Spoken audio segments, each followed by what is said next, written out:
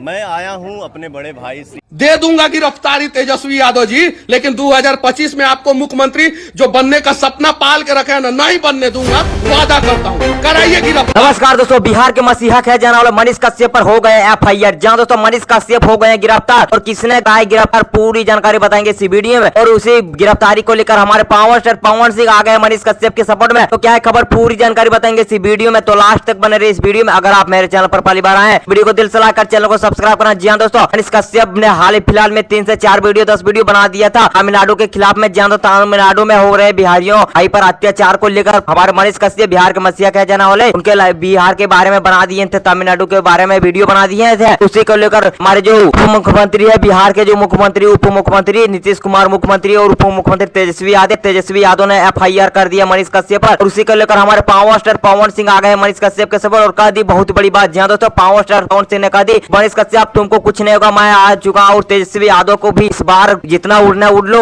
उसके बाद 2025 में मुख्यमंत्री कभी नहीं बनने दूंगा, मैं और आप मिलकर पूरा विरोध करूंगा। और आ गए हम हमारे मनीष कश्यप के सपोर्ट में पावर स्टार पवन सिंह। क्या है तो आप लोग को क्या मानना है नीचे कमेंट में बताइए। बाकी मैं मिलूंगा आप लोगों से नए वीडियो में, तब तक जय हिंद जय भोजपुरी।